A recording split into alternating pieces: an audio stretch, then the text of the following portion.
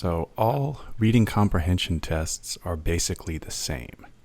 That might sound like a sweeping statement, but I'm going to show you here that regardless of differences in format and length of the test and even in the difficulty of the passages and the questions, all standardized tests with reading comprehension portions are going to ask more or less the same kinds of questions. We're going to look through them, but briefly we can categorize them as follows. Questions about the main idea, either of the passage as a whole or some portion of the passage, likely a paragraph. Related, but I would say distinct, would be questions about the primary purpose. You could also say the main purpose of the passage. In some tests, they might not distinguish between these two in terms of what the official test makers say, but the way I would distinguish between these is that the main idea is what it's saying, the primary purpose is what it's trying to do, as far as, presenting an argument or resolving a debate or introducing the reader to a new scientific discovery or something like that. Okay, related to primary purpose, we've got questions about the purpose or function, and this is hard to say in a real concise way, but the purpose or function of some element within the passage. That could be a paragraph, it could be a sentence, it could even be a portion of a sentence. But they're going to ask you what role, what function something in the passage serves to do. And so in order to get these kinds of questions right, you need to be clear on the primary purpose of the passage. So these two kinds of questions sort of, in a sense, go together, but we can still distinguish between them. Another kind of question that all of the tests will ask would be questions about explicit details. And you have an explicit detail question when it says something like according to, or indicates, or perhaps states. And we want to distinguish these kinds of questions from questions involving inferences. What's the difference? Well, explicit details involve things that are explicit. They are on the surface. Inferences involve things that are implicit or below the surface. They're not explicitly stated.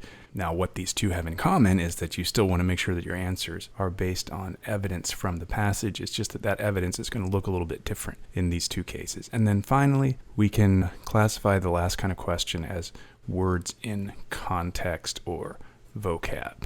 And we'll see that these questions take on a variety of different appearances, but they're all essentially the same.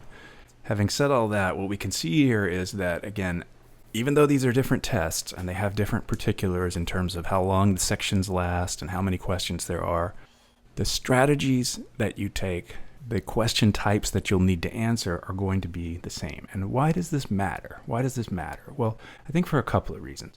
One is that students will often ask, what do I do when I run out of test materials, practice materials? Well, one thing that you can do is if you can find the free resources available from the official makers of these other tests, you can use these as additional practice resources. Now, if you're studying for the SAT or ACT, the GRE and GMAT questions are probably going to be harder, but if you want to challenge yourself, that's one way to do that. If you're studying for the GMAT, you could definitely use GRE passages, and vice versa. If you're studying for the GRE, you can definitely use GMAT passages because they're basically the same level of difficulty. Now, the other reason is this. Say that you're in high school now and you're preparing for the SAT or ACT. Certainly you want to move on from the test. You want to take the test, do well, and go to college, and then maybe forget about standardized tests forever. But the thing is, let's say that in 4 years you find yourself looking at graduate programs.